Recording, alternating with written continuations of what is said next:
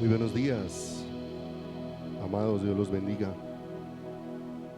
Qué bueno verles en esta preciosa y bendita mañana con el anhelo de que al Señor abrirnos las escrituras, el Señor nos vaya llevando más profundo en Él, nos vaya llevando más profundo en todos los deseos de su corazón, en todo el propósito eterno suyo para cada uno de nosotros. Y es como Dios va haciendo de una manera especial que nosotros vayamos entendiendo y vayamos creciendo en el entendimiento de cómo hemos sido diseñados por Dios, de cómo es el propósito y la voluntad del Señor para nuestras vidas. Le invito a que vaya a Éxodo, por favor, Éxodo, y se vaya ubicando ahí en Éxodo, en el capítulo número 12.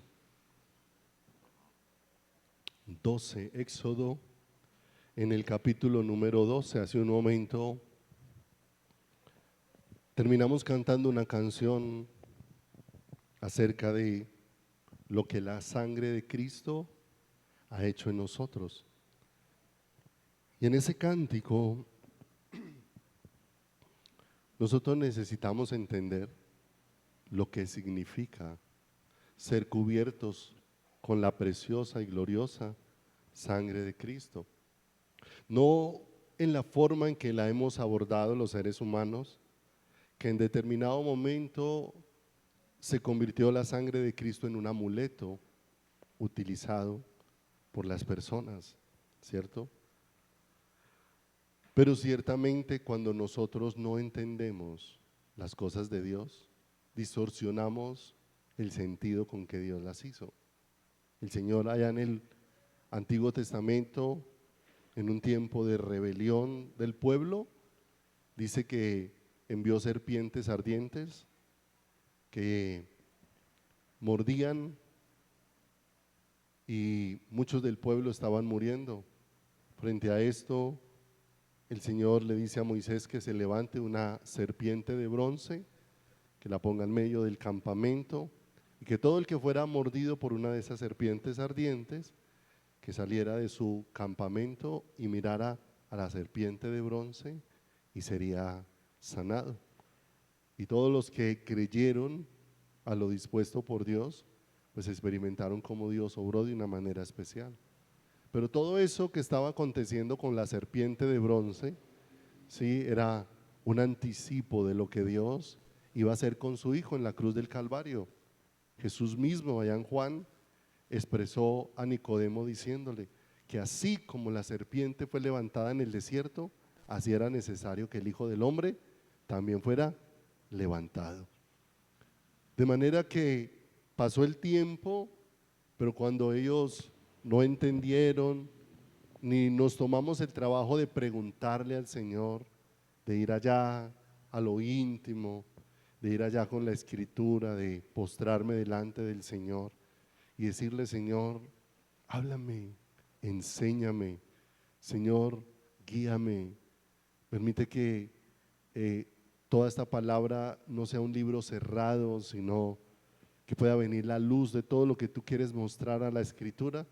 Y cuando no, realmente hay disposición en nuestro corazón para correr a los brazos de Dios, a que Dios vaya enseñándonos y vaya instruyéndonos, pues torcemos las cosas de Dios, porque más adelante encontramos al pueblo rindiéndole culto a la serpiente de bronce, ¿cierto? Entonces se perdió todo el significado porque el corazón del ser humano se fue en otra dirección. Y nos vamos en otra dirección cuando no vamos entendiendo, ¿cierto? Hay cosas muy profundas de Dios, ¿sí? Y por eso Dios nos va trayendo a una relación con Él y nos va llevando a ir probando, a ir probando, a ir degustando de todo lo que Él es cuando nos va abriendo las escrituras. Y mucho más este pueblo que necesitamos tanto meditar en la salvación de Dios, que es algo en lo que pensamos muy poco. Estamos tan afanados es por mirar cómo Dios nos da comodidad o cómo Dios suple nuestras necesidades físicas, materiales, de salud. Estamos tan afanados por eso que muchas veces perdemos completamente de vista la realidad de la salvación que Dios está trayendo hacia nuestras vidas. Y allá en Éxodo, en el capítulo número 12, vamos a leer a partir del versículo número 3. 12, número 3, vamos a hacer toda la lectura de estos versículos, porque tal vez para algunos sea una historia conocida, porque ya la ha leído, porque ya ha escuchado enseñanzas o predicaciones, porque ya la ha podido estudiar, porque conoce un poquito de la historia del pueblo de Israel, lo que va a acontecer al final de el tiempo en el que Israel está en Egipto y cómo Dios se ha propuesto de una manera sobrenatural sacarlos de Egipto y llevarlos a la tierra prometida. Y en el último momento, ya como el momento final de cruzar ese límite, de ser sacados definitivamente de allí, es donde Dios da esta instrucción del capítulo 12, verso número 3. Habla a toda la congregación de Israel, ¿cierto? A veces nosotros pensamos que las escrituras o cuando Dios nos habla solamente es para ciertas personas. Mis amados, cada vez que Dios habla, nos habla a todos, desde el más pequeño hasta el más anciano. Todos necesitamos oír al Señor.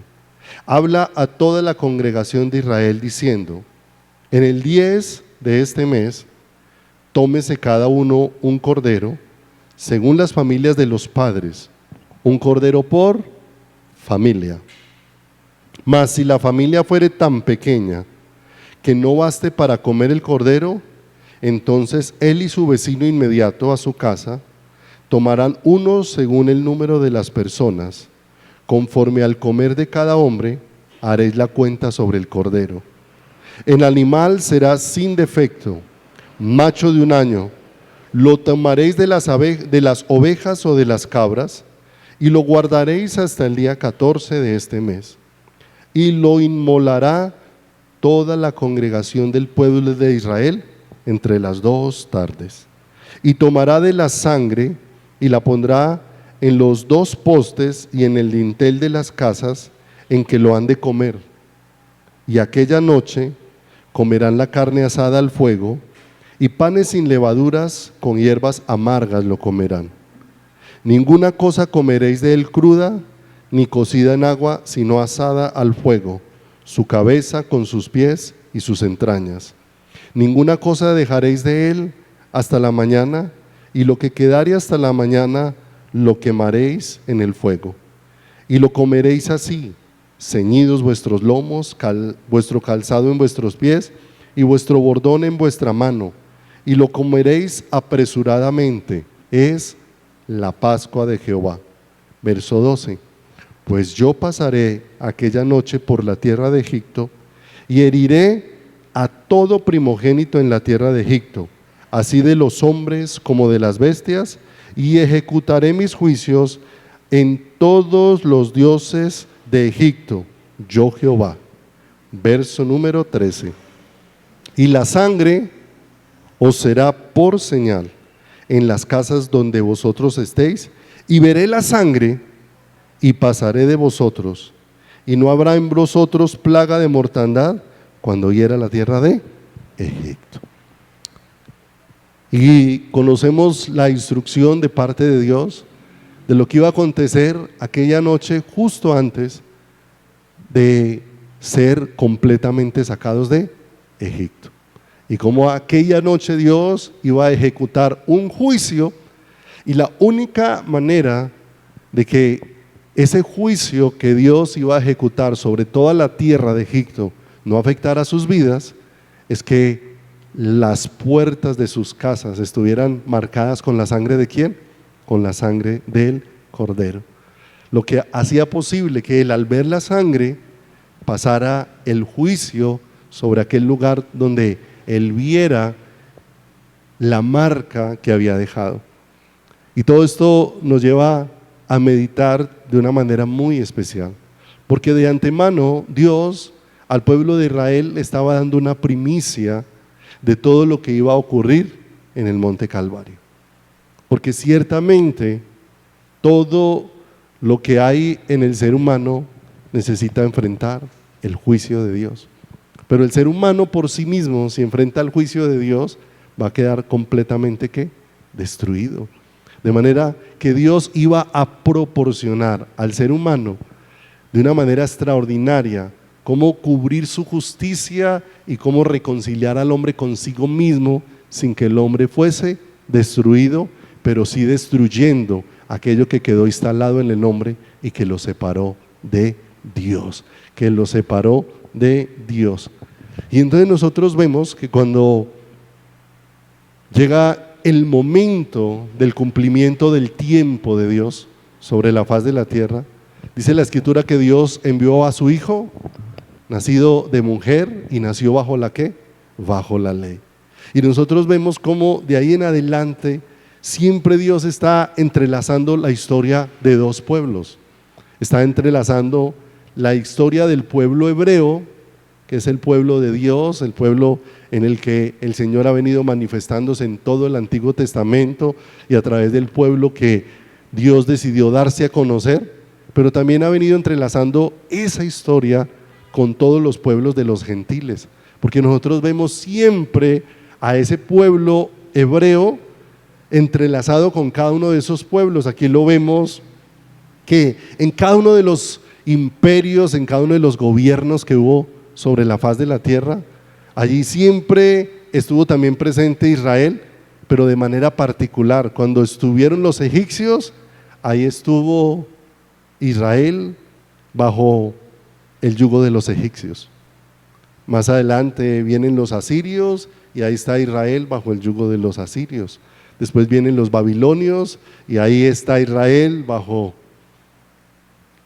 ese imperio. Después vienen los medos, los persas, los griegos, los romanos, y en todo eso siempre encontramos la historia de Israel como entrelazada con todos esos pueblos, pero vemos la historia de Israel como siempre bajo el dominio de todos esos gobiernos en cuanto a lo natural que habían sobre la faz de la tierra, ¿cierto? Dios construyendo una historia de manera diferente, tanto en el pueblo de Él como en esos pueblos extranjeros, pero Dios construyendo una historia para poder salvar y rescatar a todos los seres humanos.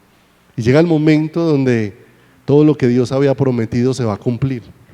Las promesas de Dios se van a hacer realidad a través de la manifestación de una persona. Y quiero que vayamos a Juan, por favor.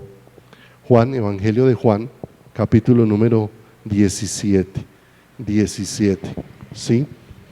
Porque ahora la realidad de eso que Dios les permitió vivir un día en la Pascua, en la celebración de pintar con la sangre de aquel cordero y de comer aquel cordero todos los que hacían parte del pueblo de Dios, ahora llegó esa realidad para todos y cada uno de nosotros. Y de pronto recordamos que el Señor ha organizado un sitio para reunirse de manera íntima con sus discípulos. Envió a los discípulos a que fueran a cierto lugar para que prepararan el lugar donde iban a celebrar la Pascua, donde el Señor se va a reunir con sus discípulos. Y allí en esa reunión que el Señor tiene con los discípulos, muy íntima, muy cercana, el Señor empieza a hablarle de toda esa realidad que un día sucedió en la Pascua, pero trayendo toda esa realidad al tiempo presente y al momento donde ya se estaba cumpliendo todo lo que Dios había prometido. El Señor allí en lo íntimo con aquellos discípulos se sienta donde tomó aquel pan y lo partió y lo dio a los discípulos diciendo que ese era el cuerpo que iba a ser entregado por ellos, y después tomó la copa y les pasó a todos para que bebieran, hablando de la sangre que iba a ser derramada en favor de todos ellos para la remisión de todos sus pecados.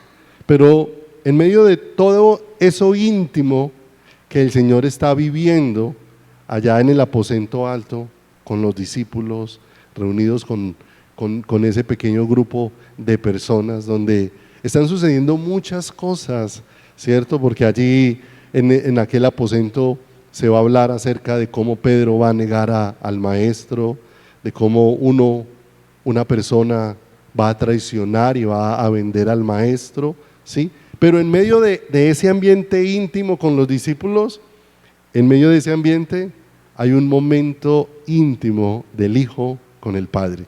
En medio de eso íntimo hay algo íntimo del Hijo con el Padre. Y ubiquémonos precisamente en Juan 17, en el verso 4, que es el versículo en el que nos queremos centrar en esta mañana. Algo íntimo de parte del Señor, donde Jesús dice al Padre, cuando está levantando una oración, dice: yo te he glorificado en la tierra. Y mira lo que dice: he acabado la obra que me diste que hiciese, ¿cierto? Después de lo que aconteció en el aposento alto, Jesús iba a salir de allí con los discípulos rumbo a Getsemaní, y de Getsemaní rumbo al monte Calvario para entregar ¿qué? Para entregar su vida, ¿cierto? Y tal vez los discípulos están escuchando aquello que el Hijo está hablando con el Padre, ¿cierto? ¿Y qué será todo esto que ya he acabado o que ya Jesús había terminado? ¿Cuál sería toda esa obra que ya se estaba concluyendo, ¿cierto? Y eso nos lleva a mirar algunas de las palabras que fueron pronunciadas por Jesús en la cruz del Calvario, que muchas veces en la época de Semana Santa, pues todo el ritual católico lo repite de una y otra manera, como las palabras que Jesús dijo al final allí en la cruz del Calvario, ¿cierto? Donde allí en la cruz del Calvario hubo una palabra de perdón, cuando ya Cristo está crucificado, cuando ya está en el último trayecto de terminar toda la obra que le había sido encomendado, y hay una palabra de perdón, donde el Señor, mirando toda la multitud, les dice: Padre, perdónalos porque no saben lo que hacen. Y en medio de todo lo que acontece allí hay una palabra de salvación, ¿sí? Porque es donde el Señor, hablando con aquel hombre, uno de los ladrones que estaba crucificado, le dijo: hoy mismo, de cierto te digo que hoy mismo estarás conmigo en el paraíso. Allí hay una palabra de amor especial, donde Él le dice a María y a Juan: he aquí a tu madre, madre, he aquí a quién, he ahí a tu hijo. Dice que hay una palabra de angustia, cuando el Señor levanta un clamor hacia el cielo y dice: Eli, Eli, lama sabactani, ¿cierto? Dios mío, ¿por qué me has ¿qué? Desamparado? ¿Cierto? Y continuando con las palabras del Señor, hay una palabra de sufrimiento o de necesidad humana, cuando el Señor expresa: tengo sed, y recordamos que se cumplió como le pasaron no recuerdo el nombre, empapado de vinagre. Hay una palabra de triunfo ahí en la cruz del Calvario, que es donde nos vamos a centrar en esta mañana, que cuando Jesús dice: tetelestai, consumado es, consumado es. Y una palabra de seguridad, porque dice el Señor que habiendo dicho esto, entregó su espíritu, encomendó su espíritu ¿a quién? Al Padre.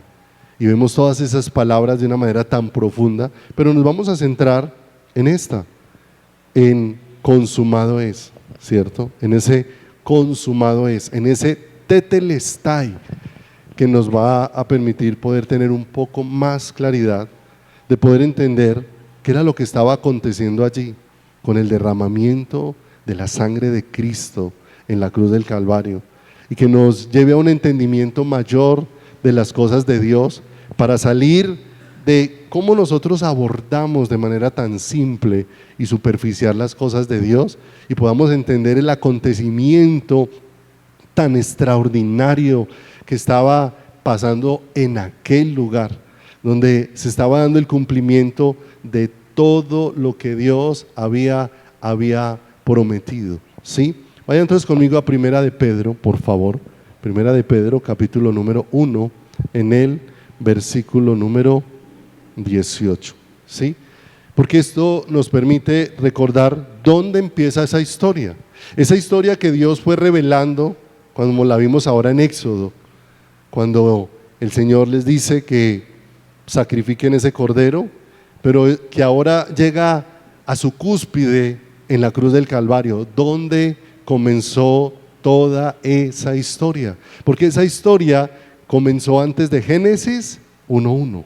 Antes de Génesis 1:1 comenzó toda la historia de la redención, toda la historia de lo que el Señor iba a hacer en favor nuestro, porque dice Primera de Pedro 1:18 en adelante, dice, sabiendo, y es algo importante que nosotros necesitamos entender, sabiendo que fuisteis rescatados de vuestra vana manera de vivir, ¿cierto? De una vida donde el corazón está puesto en todo, pero no está puesto en Dios. Una vida vacía, no olvidemos que una vida llena no es una vida llena de cosas, una vida llena es una vida llena de Dios, que está disfrutando de la vida de Dios. Sabiendo que fuisteis rescatados de vuestra vana manera de vivir, la cual recibisteis de vuestros padres, no con cosas corruptibles como oro o plata, sino con la preciosa sangre de Cristo, como de un cordero sin mancha y sin contaminación. Y dice el verso número 20, ¿dónde empieza la disposición de Dios de ese cordero para nuestras vidas? Verso 20, ya destinado desde antes de ¿quién? De la fundación del mundo, pero manifestado en los postreros tiempos, ¿por amor de quién?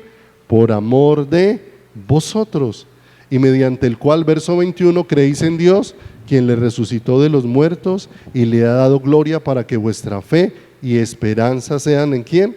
Sean en Dios. Y nosotros nos damos cuenta que allá, en la eternidad pasada, antes de que todo comenzara, antes de que comenzara el tiempo, ¿cierto? Porque el tiempo empezó a contar fue por causa del hombre, no por causa de Dios. Y antes de que empezara a contar el tiempo, Dios planeó crearnos. Y cuando planeó crearnos de manera anticipada, Dios también conocía la caída que iba a tener ¿quién? El hombre. Y antes de crear al hombre, Dios había dispuesto cuál sería el camino para rescatar al hombre y volverlo a traer a su diseño original. Y ya se había dispuesto, ¿cierto? ¿Quién irá por nosotros? Por allá dice en el libro de Isaías, y ahí es donde Jesús es el dispuesto para venir y entregar su vida en rescate por nosotros. Y dice aquí de una manera muy particular que no fuimos rescatados con cosas materiales, sino que fuimos rescatados con lo más valioso que se podía dar, y es la sangre preciosa del Cordero. ¿De quién? Del Cordero de Dios. Ese Cordero que ahora lo vimos en Juan 14, cuando vino el cumplimiento del tiempo de Dios, se manifestó, se hizo carne para venir a humillarse de una manera especial. Y es donde nosotros necesitamos ir entendiendo un poco más de este consumado es. ¿Qué significa? ¿Qué es lo que aconteció allí? ¿Cierto? Porque se dice que jamás en la historia del ser humano un hombre había pronunciado en tan poco, porque la palabra, aunque para español se compone de dos palabras, consumado es, tetelestai en el original es una única palabra, ¿cierto? Y alguien decía que en una única gota, en una palabra que parece una gota, hay un océano de manifestación de amor de Dios sobre nuestras vidas. Un océano de manifestación, porque allí estaba el Señor trayendo la realidad de todo lo que Dios había prometido, para que no nos quedáramos simplemente en convertirnos en personas que salgan a todo lugar y tengan el hábito de decir, me cubro con la sangre de Cristo, me cubro con la sangre de Cristo, cubre casas con la sangre de Cristo, cubre carros con la sangre de Cristo, pero porque muchas veces se distorsionó completamente el mensaje de quién, se distorsionó el mensaje de Dios. Y es muy particular, y ahora cuando lleguemos al final nos vamos a encontrar con algo muy hermoso cuando vayamos finalizando, y esta mañana que vamos a participar de la cena del Señor, cuando lleguemos a mirar el Salmo 22, algo sumamente hermoso que vamos a encontrar allí. En griego la palabra es tetelestai. ¿Consumado qué? Consumado es, ¿sí? Para los que hacen calificativos del idioma, se dice que esta es una palabra que está en un tiempo verbal indicativo, perfecto y en voz pasiva. Y es muy importante y es muy bonito la forma en cómo se expresa eso. Tal vez a veces nosotros no entendemos ni el significado de todo eso, ¿cierto? Y tal vez no tenemos ni interés qué significa un verbo indicativo perfecto y en voz pasiva. Pero ¿sabe qué es lo más hermoso? Que cuando lo empezamos a mirar, ¿qué es lo que cumple? Es un gran regalo para nuestras vidas, ¿cierto? Porque lo que esto implica y lo que realmente yo necesito entender de ese tetelestai es que hubo un hecho que se completó, hubo algo que se terminó, hubo una obra que se hizo de manera que absoluta y se hizo en el tiempo perfecto dispuesto por Dios. Ese hecho perfecto en el tiempo, hecho perfecto en el tiempo de Dios, dura para siempre. No es temporal, es algo que dura para siempre. Y cuando dice que es voz pasiva, significa que es que alguien lo hizo en favor mío. Y es tan hermoso, porque nos habla de un hecho realizado por Dios, y de un hecho realizado por Dios que nos afecta de manera presente, de manera eterna, y que nos beneficia de una manera extraordinaria a todos y cada uno de nosotros.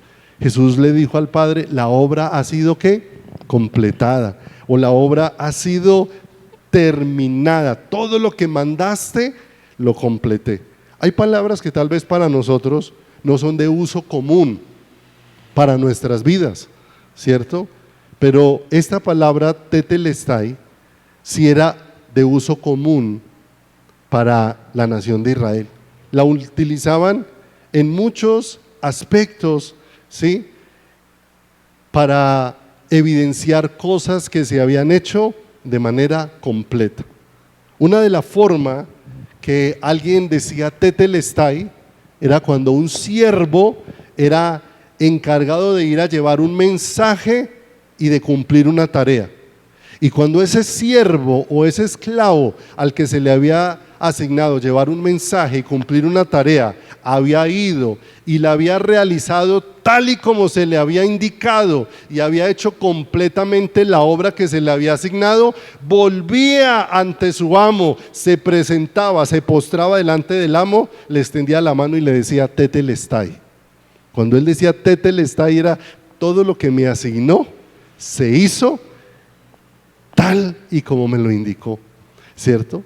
Y lo vemos en la vida, cumplido en la vida de Cristo, porque cuando Cristo dice tetelestai, se está presentando delante del Padre, y se está presentando delante del Padre como un siervo, diciéndole, Señor, todo lo que me encomendaste, porque ciertamente es el único ser humano que estuvo sobre la tierra y no hizo su propia voluntad, todo el tiempo solo hizo la voluntad del Padre.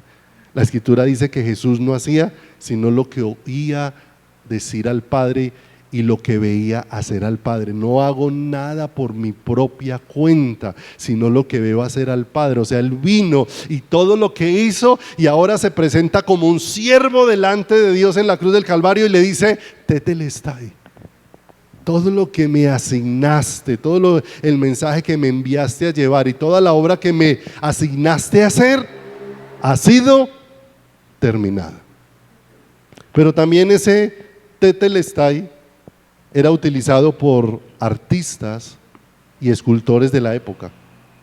Cuando ellos hacían una obra, pintaban algo, lo plasmaban, Una vez habían mirado su lienzo y lo tenían completamente terminado, lo revisaban completamente y lo analizaban para mirar que no quedara faltando ni un solo detalle, que no le faltara nada, no faltara ni quitarle ni añadirle, o sea que lo que habían hecho, la escultura o el cuadro estuviera completamente ¿qué?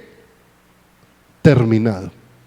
Y cuando terminaban esa escultura, ese cuadro, ellos decían, tetelestai, no le falta absolutamente ¿qué?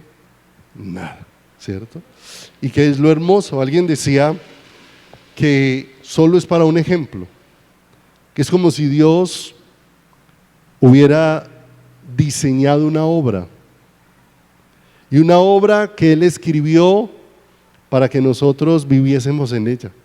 Y Dios nos puso allí dentro de ese obra que Él realizó, para que cada uno cumpliéramos el papel asignado ¿por quién? Por Dios. Y Dios asignó toda la historia de antemano, pero lo que lleva a la cúspide de esa historia es cuando Él se introduce en la historia y en el monte Calvario hace resplandecer todo su rostro sobre nuestras vidas. Y Dios mira todo el lienzo que pintó y ahora todo el lienzo está completo. No le hace falta absolutamente nada. Y ahora ese tetelestai es diciendo, mire Señor, todo lo que tú habías diseñado, ya no le falta absolutamente ¿qué? Nada. Todo se ha completado. También era una palabra que utilizaban los comerciantes. Tetelestai era una palabra que utilizaban los comerciantes cuando ellos iban a realizar negocios o transacciones y tenían deudas. Cuando ese comerciante acababa de saldar completamente la deuda que tenía y quedaba absolutamente en paz, cuando entregaba el último pago, ese comerciante decía, tetelestai. Quiere decir, quedamos en paz. No le debo absolutamente ¿qué? No le debo absolutamente nada, ¿cierto? También tetelestai era una palabra que utilizaban los sacerdotes. Recuerdan que una de las cosas que el Señor asignó era que tomaran un cordero, revisaran el cordero, que no tuviera defecto alguno, que el cordero fuera perfecto. Cuando ese cordero era revisado por los sacerdotes, cuando ese cordero era observado, era examinado y se encontraba que ese cordero para ofrecer un sacrificio estaba en perfectas condiciones y apto para ser el cordero que podía presentarse a Dios, ese sacerdote decía tetelestai, este cordero está perfecto, ¿cierto? Entonces no solamente nos hablaba de una manera particular de la tarea cumplida por un esclavo, de cómo se finalizaba toda una obra hecha por un escultor, cómo cerraba completamente los negocios un comerciante, sino como un sacerdote realmente encontraba que el cordero que iba a ser sacrificado era perfecto. Y todo esto era ¿qué? Tetelestai. Y eso nos recuerda lo que era la vida de ¿quién? La vida de Cristo, cumpliendo todas estas cosas y pagando todo el precio, porque Él pagó el precio para que nosotros no quedáramos debiéndole absolutamente nada a ¿quién? Nada a Dios, para que no nos quedaran pendientes en relación con Dios. Vuelva ahí a esa primera de Pedro 1:18. En relación a eso que decía el sacerdote cuando miraba el cordero y lo veía perfecto, lo veía sin falla, lo veía sin tacha y decía tetelestai, es perfecto, no tiene mancha. Y en esa primera de Pedro 1:18 dice, sabiendo que fuisteis rescatados de vuestra vana manera de vivir, la cual recibisteis de vuestros padres no con cosas corruptibles como oro o plata, sino verso 19, con la preciosa sangre de Cristo, como de un cordero sin mancha y sin contaminación. Ese tetelestai, ¿cierto? Evidenciaba eso de una manera extraordinaria. Ese tetelestai donde Dios hizo posible que allí en el monte Calvario hubiese un encuentro extraordinario. En el monte Calvario hubo un encuentro de la justicia de Dios con la misericordia del Señor. Si va conmigo al Salmo, capítulo número 85, en el verso número 10. Salmo 85, verso número 10.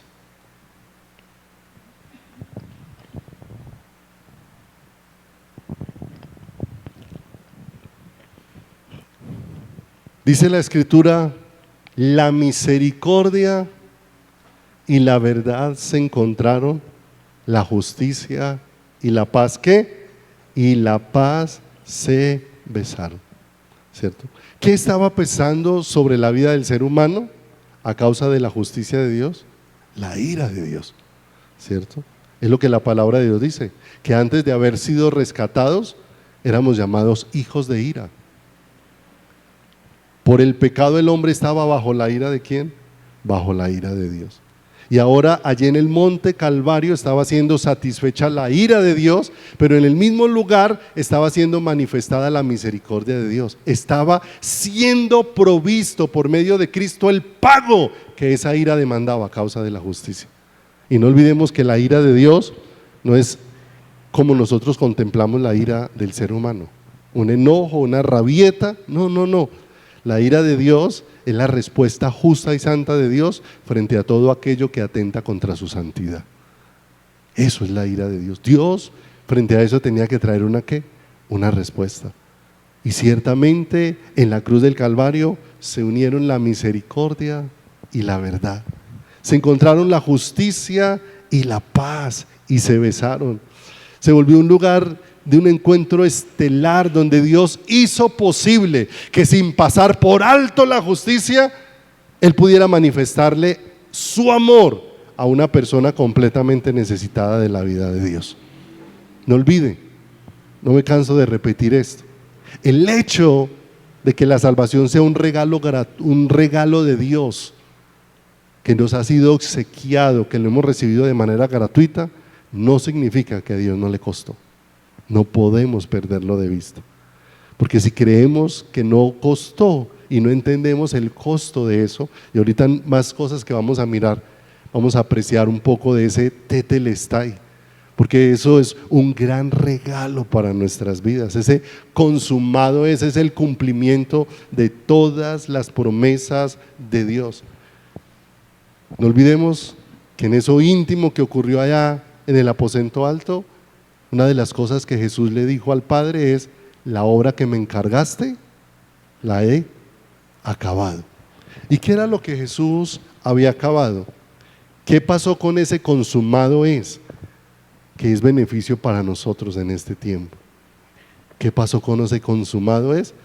Ese consumado es puso fin a los sacrificios del Antiguo Testamento en el templo. Puso fin a los sacrificios del Antiguo Testamento, ¿cierto? Sacrificios que se hacían día a ¿qué? Día a día, ¿cierto? Cuando uno va y lee la carta a los hebreos, dice que los sacerdotes se presentaban continuamente ¿con qué? Con sacrificios que no podían quitar los ¿qué? Los pecados, ¿cierto? Solo era una antesala, pero no podían producir la limpieza, porque esa limpieza solamente la podía producir un sacrificio, el sacrificio de Jesús en la cruz del Calvario. Alguno de los que están acá, que tal vez tenga un poco de entendimiento de algo de finanzas, ¿cierto? Sabe que muchas veces cuando una persona tiene una deuda, y alguien de pronto tiene una deuda con el banco, y empezó a atrasarse con los pagos en el banco, ¿sí? Eso hace que el banco se vea en la necesidad de hacer un juicio sobre esa deuda, para hacer la cobranza, ¿cierto? Para recuperar lo que es del banco.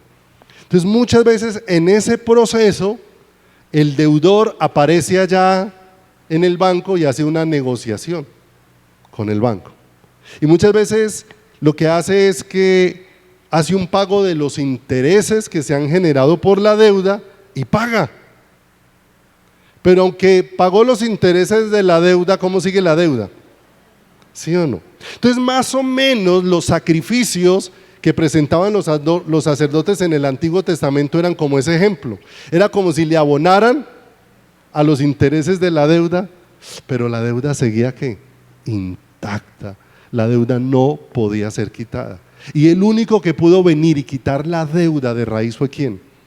Fue Cristo. El único que pudo venir y librarnos de esa realidad. Hebreos capítulo número 1, en el versículo número 3,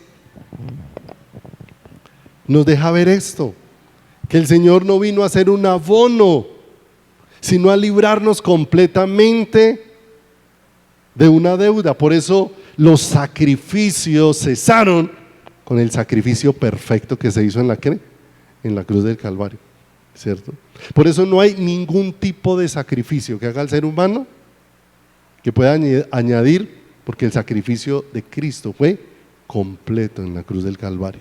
Hebreos 1:3 dice: el cual, siendo el resplandor de su gloria y la imagen misma de su sustancia, y quien sustenta todas las cosas con la palabra de su poder, mire lo que dice: habiendo efectuado la purificación de nuestros pecados por medio de sí mismo, se sentó a la diestra de la majestad en las alturas. Hay una particularidad, y no sé si en algún momento ya lo hubieras visto, pero en el tabernáculo y en el templo, de manera particular en el lugar donde se presentaban los sacrificios, no había una silla para que el sacerdote que presentaba los sacrificios se pudiera sentar, porque eso significaba que el hecho de que él no se pudiera sentar significaba que los sacrificios no podían cesar, porque esos sacrificios todavía no respondían a las demandas ¿de quién? A las demandas de Dios. Pero fíjese que Jesús, como sumo sacerdote, dice que una vez presentó el sacrificio, Jesús sí entró y se sentó. Y ese se sentó significa ya no había que hacer nada más. Vuelva y léalo ahí conmigo, en ese verso 3, donde dice la parte que habiendo purificado o habiendo efectuado la purificación de nuestros pecados por medio de sí mismo, ahora fue el único sacerdote que una vez presentó el sacrificio, hizo un cese de los sacrificios. Ya no había que presentar más sacrificios. Ese tetelestai significaba que habían terminado todos los sacrificios del Antiguo Testamento, porque ahora ese sacrificio único era ¿qué? Era suficiente, ¿cierto? Ese sacrificio puso el fin a todas las profecías que apuntaban hacia él.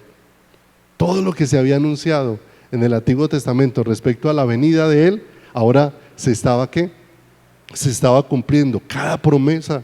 Y usted empieza a hacer un recorrido por la Escritura, y ese tetelestai es Jesús allá en la cruz del Calvario diciendo: yo soy el cumplimiento de todo lo que el Padre les ofreció. Génesis 3:15, el Señor hace una promesa de un Salvador, la simiente de la mujer que herirá la simiente de la serpiente. Y nos damos cuenta cómo en ese tetelestai se está cumpliendo lo que Dios prometió en Génesis 3:15, quien iba a venir a derrotar definitivamente la serpiente, al diablo. Lo que el Señor le prometió a Abraham cuando le dijo: en ti serán benditas y en tu simiente todas las naciones de la tierra. Ahí está la simiente prometida. ¿Quién?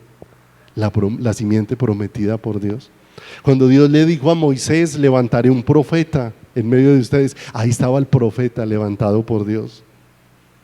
Cuando Dios levantó a Aarón como sumo sacerdote y le dijo, apenas eso era una sombra del verdadero sumo sacerdote que iba a venir. Ahora en ese tetelestai está el sumo sacerdote que iba a venir, el verdadero rey del que David fue figura.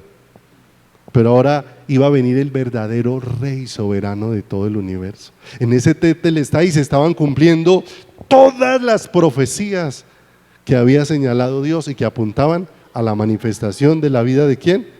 De la vida de sus hijos. ¿Y para qué vino él en esa manifestación tan tremenda? Dice la Escritura: para deshacer todas las obras del diablo. Iba a venir para hablar de una manera muy especial. Vaya conmigo por favor ahí a Romanos capítulo número 8, porque aquí aparece algo bien especial. En ese tetelestai estaba siendo vencido los enemigos de nuestra alma: la carne, el diablo y el mundo. Y la escritura nos deja ver que siempre Satanás apareció como el acusador ¿de quién? De los hermanos. No sé si recuerdan ese escenario allá en el Antiguo Testamento donde aparece el sumo sacerdote Josué delante de Dios y aparece Satanás delante de Dios. ¿Para qué? Para acusarlo. Pero ¿sabe qué significa ese tetelestai? Que vino el Jesús que hizo posible que por su sangre ahora ya no haya nada que nos acuse, porque hace una completa libertad. ¿Sobre quién? Sobre nuestras vidas, sobre nuestras vidas. Por eso necesitamos conocerlo de una manera especial. Dice Romanos capítulo 8, versículo número 1 y 2. Ahora pues, ninguna ¿qué? Condenación. ¿Sabe qué significa ese tetelestai? Ser librado de todo lo que nos separaba de Dios, ser librado de todo lo que nos tenía distanciados de Dios. Ahora pues ninguna condenación hay para los que están en Cristo Jesús, los que no andan conforme a la carne, sino conforme ¿a quién? Conforme al Espíritu. Porque la ley del Espíritu de vida en Cristo Jesús nos ha librado de la ley del pecado y de la muerte. Ese tetelestai hizo posible la ley del Espíritu de vida en cada uno de nosotros. Hizo posible esa realidad dentro de nuestras vidas. Pase ahí adelante con unos versículos. Romanos 8:31. Mira, esto es tan hermoso. ¿Por qué necesitamos ver esto? Muchas veces nosotros, en cierta manera, la gloria de Dios confronta la realidad que hay en nuestras vidas. Cuando la gloria de Dios se mostró a Isaías, en Isaías 6, dice que Isaías se aterró. Pero la gloria de Dios no solamente se mostró, sino que la gloria de Dios se mostró para limpiar la vida de Isaías. Se tomó un carbón encendido del altar y se puso en sus labios, y el Señor le dijo: mira que he quitado tu culpa y mira que he limpiado tu pecado. ¿Sabe qué significaba ese tetelestai? El Señor cumpliendo esa realidad: he quitado tu culpa y he limpiado tu pecado, para que nada nos impida relacionarnos ¿con quién? Con Dios. Porque tantas veces seguimos cargando mucha culpa en nuestro corazón, porque tal vez no estamos viendo. Por eso necesitamos rogarle al Señor: Señor, déjame ver cómo en ese tetelestai, Señor, tú viniste a limpiar completamente mi vida. No estoy diciendo que no fallé, fallamos, pero tú allí hiciste posible que por esa sangre que me presenta como perfecto delante de ti, yo pueda entrar al lugar santísimo y pueda hallar gracia y misericordia para el oportuno socorro. Mire lo que dice Romanos 8:31 de ese tetelestai.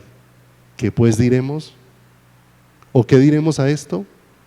Si Dios es por nosotros, ¿quién contra? Sí, mire, ese tetelestai, ¿cierto? Nos pasó de bando, nos sacó de ser enemigos para ser hijos, ¿cierto? Como enemigos teníamos a Dios en contra, y como hijos ahora lo que Dios está es a nuestro favor. Verso 32: el que no escatimó ni a su propio Hijo, sino que lo entregó por todos nosotros, ¿cómo no nos dará también con él qué? Todas las cosas. O sea, si Dios ya te mostró su amor en la vida de su Hijo, mis amados, Dios va a tener cuidado de nuestras vidas conforme a su voluntad. No olvide que dijo el Señor: miren las aves del campo que no siembran, que no guardan en graneros, y vuestro Padre Celestial las alimenta. Y dice: miren los lirios del campo que ni aun Salomón con toda su gloria se vistió como uno de ellos, y vuestro Padre Celestial las viste así, ¿no hará mucho más con vosotros, hombres de poca fe? Y ahí es donde el Señor le dice, no se centren en qué comer ni en qué vestir, sino céntrense en conocer que yo soy todo lo que necesitan en su vida. Y todas esas demás cosas Dios las añadirá. Miren, mis amados, el asunto no es cuánto Dios añade. Yo me alegro cuando tantos hermanos cuentan cómo les va de bien. Amén. Porque no quiere decir que no nos alegremos en eso. Pero la palabra de Dios dice que es don de Dios que el hombre trabaje y disfrute de su trabajo. ¿Y cuándo disfruta de su trabajo? Cuando está disfrutando de Dios. Cuando Dios lo hace consciente y empezamos a disfrutar de la vida de ¿quién? De la vida de Dios. Amado, y cuando disfrutamos de la vida de Dios, ¿lo disfrutamos en lo mucho o lo disfrutamos en lo poco? ¿Sabe por qué? Porque es que el gozo y la felicidad de un ser humano no es lo que tiene, no es lo que gana, es quien vive en él. Y ese es un regalo maravilloso, ¿sí o no? Y qué hermoso, ¿sí o no?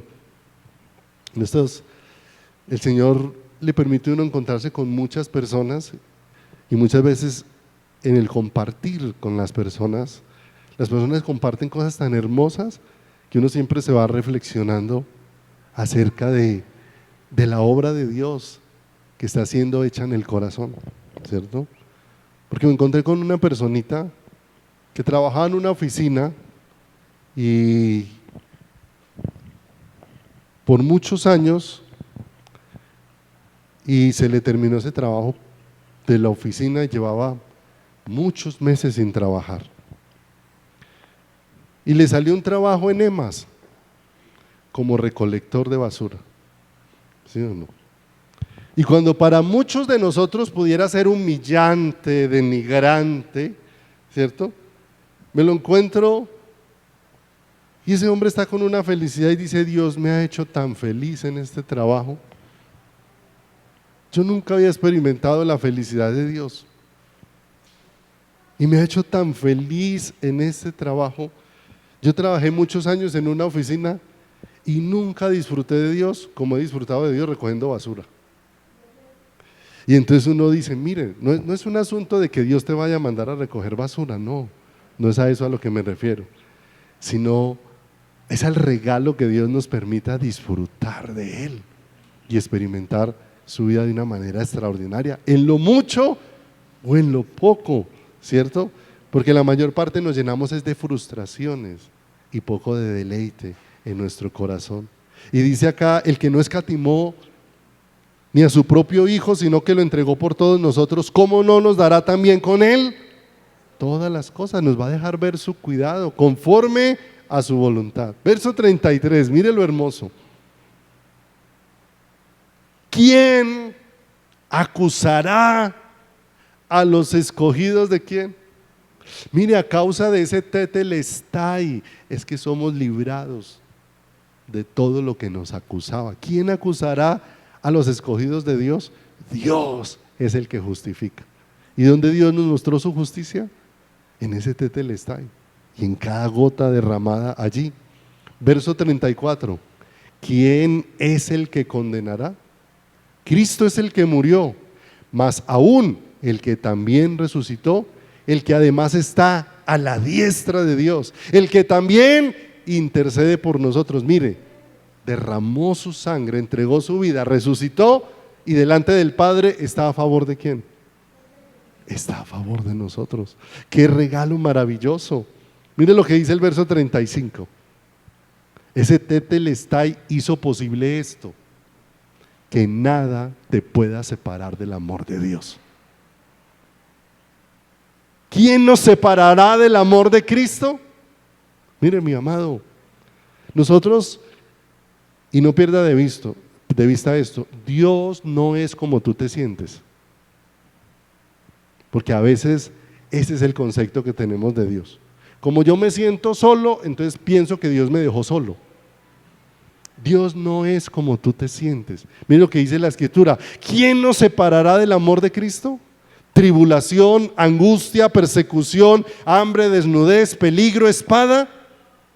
Antes, en todas estas cosas somos más que vencedores, dice el verso 37, por medio de aquel que nos amó. Verso 38, por lo cual estoy seguro de que ni la muerte, ni la vida, ni ángeles, ni principados, ni potestades, ni lo presente, ni lo porvenir, ni lo alto, ni lo profundo, ni ninguna otra cosa creada nos podrá separar del amor de Dios que es en Cristo Jesús, Señor nuestro.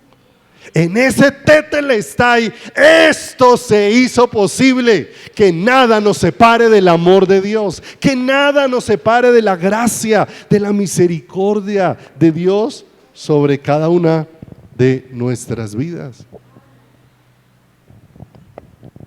Dios le quitó el poder al acusador,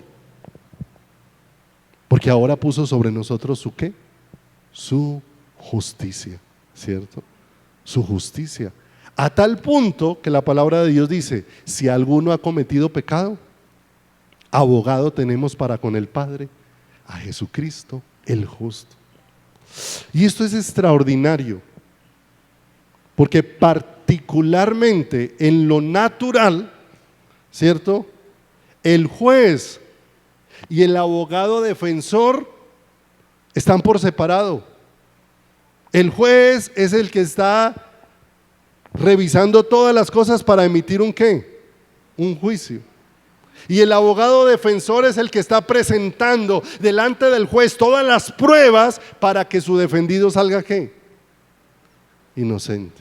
Y mire lo hermoso, Dios es el juez y el mismo juez se hizo el abogado defensor. Y las pruebas que él presenta para sacarnos justos son a él mismo.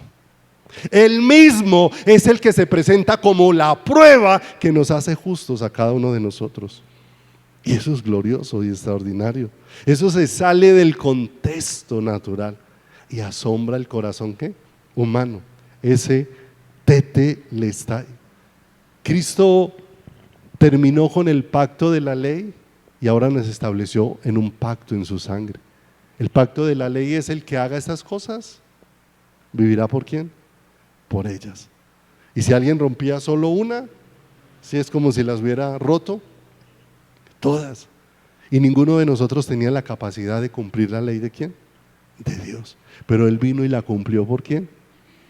Por nosotros, con una vida perfecta, para que ahora nosotros no caminamos por esa ley, sino caminamos por esa vida que cumplió esa ley y nos hizo perfectos delante de Dios. Va conmigo al Salmo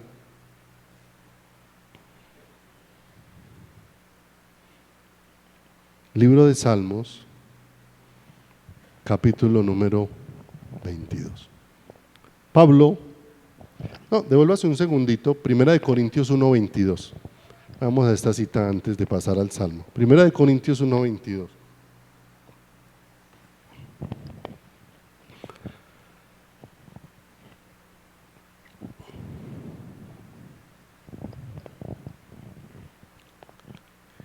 Pablo, de una manera especial, recibió una luz de parte del Señor.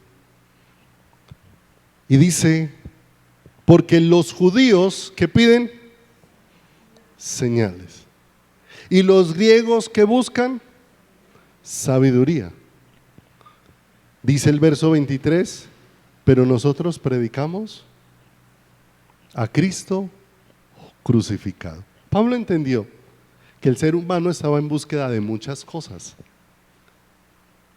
Los judíos estaban en búsqueda de ver milagros, señales y prodigios. Al mismo Jesús le decían, ¿qué señal nos muestras? Y aun cuando Jesús hizo señales, ellos ni siquiera identificaban lo que las señales estaban, parece una redundancia, señalando, porque estaban señalando al Hijo de ¿quién? Al Hijo de Dios. Y ahora Pablo a los que les está enseñando le dice, mire, yo no vine a enseñarles ni sobre milagros, ni sobre prodigios, ni sobre asuntos sobrenaturales, ni tampoco vine a enseñarles sobre sabiduría humana. Yo vine a hablarles del que dijo tetelestai, de Cristo y Cristo como crucificado, de la entrega de esa vida. Para los judíos ciertamente tropezadero y para los gentiles locura. Pero mire lo hermoso, más a los llamados así judíos como griegos, Cristo poder de Dios y sabiduría de Dios. De manera que el poder no estaba en los milagros, estaba en la vida que nos fue proporcionada. Y la sabiduría no está en la capacidad humana, la sabiduría es una persona. Cristo ha sido hecho por Dios para nosotros sabiduría, justificación, santificación, redención. Es un regalo maravilloso. De manera que Pablo viene y dice: yo no vine a predicarles de milagros, yo no vine a darles más información bíblica, yo vine a hablarles de Cristo, del que hizo posible que en Él se cumpla todo lo que Dios ha prometido. Y a ese es al que tienes que mirar, y a esa sangre que te cubrió, a esa sangre que te roció de una manera sobrenatural. El Salmo 22, ahora sí vayamos allí. Salmo 22. Cuando Pablo predica de Cristo, va a hablar de cómo Dios entregó a su Hijo y cómo la entrega de su Hijo es la única que libra al ser humano. Porque fuiste rescatados no a precio de oro corruptible, sino con la preciosa sangre ¿de quién? De Cristo. Y préstenle mucha atención a lo que vamos a mirar para ir terminando en esta mañana. Salmo capítulo 22, lo puede meditar todo en casa, pero nos vamos a centrar en el versículo número 6, Salmo 22, 6. Refiriéndose a Jesús. Esto que aparece aquí es extraordinario, glorioso. Dice: mas yo soy gusano y no hombre, oprobio de los hombres y despreciado del pueblo. Y cuando uno lee eso dice: ¿y dónde está lo hermoso? ¿Dónde está lo hermoso? Decir que soy gusano y no hombre. Pero ¿sabe por qué es la razón más importante de acá? Escúcheme con mucha atención. La palabra que aquí en nuestras Biblias se traduce como gusano, la pueden buscar en sus Biblias o la pueden buscar en internet, la consultan. La palabra que les voy a dar, que se utiliza en el original aquí, es la palabra tola, así como suena, tola. Tola. Y eso significa gusano carmesí o escarlata. Escuche. ¿Qué dijo? Mas yo gusano soy y no hombre. Y se utiliza la palabra tola, que significa gusano carmesí o escarlata. Y tola, para los judíos, conocían que era un insecto, un gusano, que cuando ellos lo aplastaban, inmediatamente soltaba una tinta roja. Y esa tinta roja en esa época era muy valiosa, porque era la tinta con la que pintaban muchas piezas de valor por la forma en que esa tinta cubría y pegaba y cambiaba cualquier color donde fuera puesto. Cuando ese gusano era estripado, botaba una tinta ¿qué? Roja, utilizada para teñir ropa, utilizada para hacer pinturas. Y ahora se está refiriendo a Cristo. En Isaías 53:5 nos deja ver que dice: mas él herido fue por nuestras rebeliones, molido por nuestros pecados. El castigo de nuestra paz fue sobre él y por su llaga fuimos nosotros curados. Nosotros vemos ahí en esta porción de Isaías, ¿cuál fue la voluntad de Dios? ¿Qué cosa vemos ahí? Que el Padre, si lo pudiéramos decir de esta manera, aplastó a Jesús en la cruz del Calvario. ¿Qué hacían con el gusano? Lo aplastaban. Y cuando lo aplastaban, ¿qué botaba? Una tinta roja para teñir. Y lo que pintaban con eso quedaba completamente cambiado. ¿Sí? ¿Qué hizo el Señor? aplastó a su Hijo en la cruz del Calvario. Y cuando aplastó a su Hijo en la cruz del Calvario, lo que se derramó en aquella cruz del Calvario fue la sangre roja de Jesús, la sangre pura y santa, la única sangre que puede limpiar cualquier tipo de mancha que haya en nuestras vidas. De manera que cuando vemos ese tola allá en el Salmo 22:6, está hablando de algo muy especial, cómo esa sangre de Cristo nos iba a limpiar. Era la única tinta que iba a remover nuestra ¿qué? Nuestra culpa, donde no teníamos nada más que hacer, porque esa obra era suficiente. En esa obra estaba todo lo que necesitábamos para ser reconciliados con Dios. Mas Él, herido fue por nuestras rebeliones, molido por nuestros pecados, el castigo de nuestra paz fue sobre Él, y por su llaga fuimos nosotros ¿qué? Curados. Dios ha teñido nuestras vidas con su sangre, y ya no como la sangre de los machos cabríos, que no podía quitar sino cubrir, pero la sangre de Cristo ha venido a ser completamente limpias nuestras vidas, porque Él fue despedazado en aquella cruz, llevó sobre sus hombros nuestra culpa y llevó sobre sus hombros las consecuencias que nosotros deberíamos ¿de qué? De llevar, para que ahora nosotros seamos cubiertos con su justicia, con su gran amor. Tetelestai, consumado es. Todo lo que se me encomendó ha sido hecho. Toda la deuda ha sido ¿qué? Pagada. Hemos sido hechos completamente libres de todo lo que nos acusaba y de todo lo que nos condenaba.